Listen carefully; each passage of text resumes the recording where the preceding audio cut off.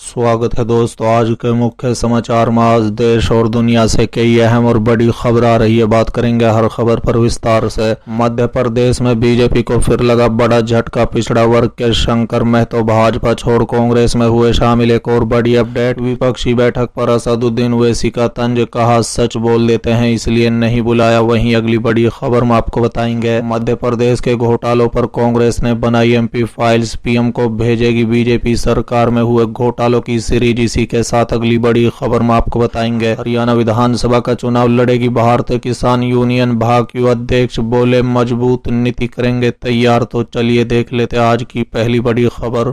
मध्य प्रदेश में बीजेपी को फिर लगा बड़ा झटका। पिछड़ा वर्ग के शंकर महतो भाजपा छोड़ कांग्रेस में हुए शामिल। दरअसल दोस्तों, मध्य प्रदेश में विधानसभा चुनाव को लेकर कांग्रेस और बीजेपी में दल बदल का दौर जारी है। जहां हाल ही में बीजेपी और कांग्रेस में बड़े तादाद में लोग पार्टी बदल रहे हैं, तो वहीं इस कड़ी में अब बीजेपी को एक और नेता कांग्रेस में शामिल होने जा रहे हैं। बता दें, हाल ही में मिली जानकारी के अनुसार कटनी जिले में बोहरी बंद विधानसभा के प्रभावशाली और वजनदार नेता शंकर महतो कांग्रेस का दामन थामने वाले हैं। दोस्तों, दरअसल इन दिनों सोशल मीडिया में बीजेपी नेता शंकर महतो की दिग्विजय सिंह और जयवर्धन सिंह के साथ एक तस्वीर तेजी से वायरल हो रही है, जिससे शंकर महतो को जल्द ही कांग्रेस में शामिल होने के कयास लगाए जा रहे हैं। हालांकि अभी तक इस बात की पुष्टि नहीं हुई है। शंकर महतो ने बीजेपी के बड़े नेताओं पर उनकी उपेक्षा कर दरकिनार किए जाने का आरोप भी लगाया है। साथ ही उन्होंने कहा है कि कार्यकर्ताओं को इससे ज्यादा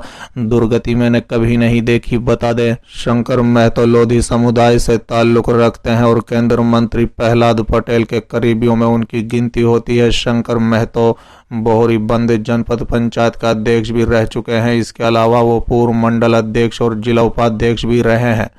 बता दें कि क्षेत्र में उनकी पिछड़े वर्ग में अच्छी खासी पकड़ मानी जाती है, जिससे निश्चित ही आने वाले विधानसभा चुनाव में बीजेपी को बड़ा खमियाजा भुगतना पड़ सकता है। चलिए अगली खबर। विपक्षी बैठक पर असदुद्दीन ओवैसी का तंज, कहा सच बोल देते हैं इसलिए नहीं बुलाया। दरअसल दोस्तों, ऑल इंडिया मजलिस इत्तेहादुल मुस्लिमीन के नेता और सांसद असदुद्दीन ओवैसी ने बिहार की राजधानी पटना में हो रही विपक्षी बैठक को लेकर कहा है कि हमें इसलिए नहीं बुलाया गया क्योंकि हम सच्चाई बोल देते हैं। बता दें, ओवैसी ने बैठक में शामिल होने वाली शिवसेना यूबीटी को लेकर सवाल उठाया है। असदुद्दीन ओवैसी ने पूछा है कि क्या शिवसेना सेकुलर हो गई है। पटना में हो रही इस बैठक में कई क्षेत्रीय दलों के नेताओं को भी बुलाया गया। बता दें, मीडिया कर्मियों से बात करते हुए जब ओवैसी से विपक्ष की बैठक को लेकर सवाल हुआ और उनसे पूछा गया क्या उन्हें इसमें शामिल होने के लिए बुलावा नहीं मिला था, इस पर हैदराबाद सांसद असदुद्दीन ओवैसी ने उन्हें बैठक में शामिल होने के लिए इसलिए नहीं बुलाया गया क्योंकि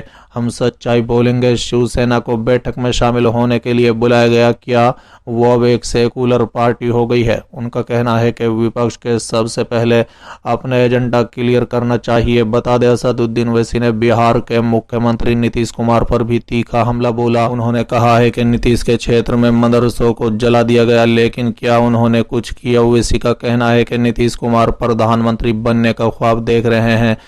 जब गुजरात जल रहा था तब वो रेल मंत्री थे। हमें सिर्फ इस बैठक से इसलिए दूर रखा गया क्योंकि हम वहां सच्चाई बोल देते हैं। बता दें, प्रधानमंत्री मोदी पर भी ओवैसी हमलावर नजर आए और उन्होंने मणिपुर के मुद्दे पर उन्हें घेरा। बता दें, ओवैसी का कहना था कि प्रधानमंत्री भेदभाव की बात कर रहे हैं तो फिर मणिपुर में क्या हो रहा है, अभी तक मणिपुर जल रहा है। उन्होंने सवाल किया है कि मणिपुर में 304 आग के हवाले कर दिए गए, क्या वो भेदभाव नहीं है। ऊपर से अब यूनिफॉर्म सिविल कोड की बात कर रहे हैं। बता दें, हैदराबाद सांसद का कहना है कि प्रधानमंत्री मोदी चुनाव के समय सेलेक्टिव मीडिया के एंकर से बात करते हैं, उनसे ऐसे सवाल पूछे जाते हैं जिनका कोई तुक नहीं होता है। प्रधानमंत्री को सभी मीडिया वालों को बुलाना चाहिए। उनका आरोप है कि पीएम मोदी ने राजनीतिक रूप से मुसलमानों को पूरी तरह से अदृश्य कर दिया है, किसी को टिकट भी नहीं दिया जाता है। बता दें, केंद्रीय गृह मंत्री अमित शाह शनिवार को मणिपुर के हालात पर सर्वदलीय बैठक करने वाले दिल्ली में होने वाली इस बैठक में सभी पार्टियों के नेताओं को बुलाया गया। ओवैसी ने सर्वदलीय बैठक को लेकर कहा है कि मणिपुर पिछले 1 महीने से जल रहा है और आज आप सर्वदलीय बैठक बुला रहे हैं। मणिपुर में जो कुछ भी हो रहा है वो बीजेपी की नाकामी है। हम उम्मीद कर रहे हैं कि पीएम खुद मणिपुर जाएंगे। बता दें कि ओवैसी का कहना है कि मणिपुर में जो कुछ भी हो रहा है उसका सरकार के पास कोई जवाब नहीं है। मणिपुर को पूरी तरह से जलने के लिए छोड़ दिया गया। बीजेपी सरकार नाकाम साबित हुई है। उन्होंने आरोप लगाते हुए कहा है कि सरकार ने मणिपुर को जलने दिया है। सरकार की जिम्मेदारी हिंसा रोकने की थी। वहां ईसाई समुदाय के लोगों को निशाना बनाया जा रहा है और लोग विस्थापित हो रहे हैं। चलिए अगली खबर। मध्य प्रदेश के घोटालों पर कांग्रेस ने बनाई एमपी फाइल्स, पीएम को भेजेगी बीजेपी। सरकार में हुए घोटालों की सीरीज। दरअसल दोस्तों, मध्य प्रदेश में होने वाले विधानसभा चुनाव को लेकर कांग्रेस पूरी तरह से बीजेपी पर हमलावर हो गई है।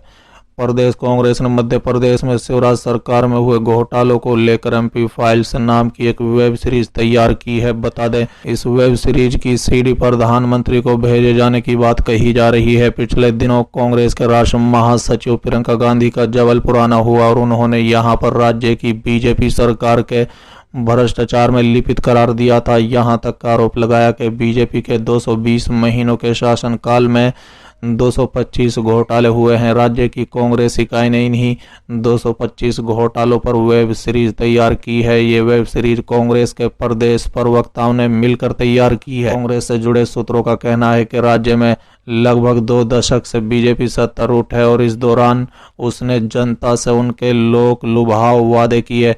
कभी समृद्धि मध्य प्रदेश की बात की तो कभी विकसित मध्य प्रदेश की और अब तो आत्मनिर्भर मध्य प्रदेश तक की बात हो रही है। इस दौरान राज्य में व्यापम से लेकर छात्रों की गणवेश, आयुष्मान कार्ड घोटाला, छात्रवृत्ति घोटाला जैसे 225 घोटाले हुए हैं। इन घोटालों को लेकर एमपी फाइल्स नाम से वेब सीरीज तैयार की गई है और इसकी सीडी को प्रधानमंत्री को भेजा जाएगा। साथ ही मांग की जाएगी कि कश्मीर फाइल्स और द केरल स्टोरी की तरह इसे भी टैक्स फ्री किया जाए। कांग्रेस की ओर से एमपी फाइल्स बनाने का दावा किया गया है और कहा यह भी जा रहा है कि वीडियो तैयार हो चुकी है, जल्द ही इसके प्रोमो भी जारी किया जाएगा। चलिए अगली खबर। हरियाणा विधानसभा का चुनाव लड़ेगी भारतीय किसान यूनियन। भाजपा अध्यक्ष बोले मजबूत नीति करेंगे तैयार। दरअसल दोस्तों, सांपला में चौधरी छोटूराम संग्रहालय में किसान कमर महापंचायत में भारतीय किसान यूनियन ने बड़ी घोषणा की है। बता दें, भाजपा के अध्यक्ष गुरनाम सिंह चढ़ूनी ने कहा है कि इस बार हरियाणा विधानसभा चुनाव में भाजपा अपने प्रत्याशी के प्रत्यक्ष तौर पर उतरेगी। हालांकि चढ़ूनी ने कहा है कि इस समय प्रदेश की जनता का हर वर्ग भाजपा से दुखी है। ऐसे में भाजपा को छोड़ वो किसी भी राजनीतिक दल के साथ गठबंधन पर विचार करेंगे। चुनाव के समय से हालातों पर निर्णय लिया जाएगा। सांपला में रविवार को हो रही महापंचायत में प्रदेश भर से सभी खाप सरपंच, यूनियन, किसान संगठन, मजदूर संगठन, महिला संगठन, कर्मचारी संगठन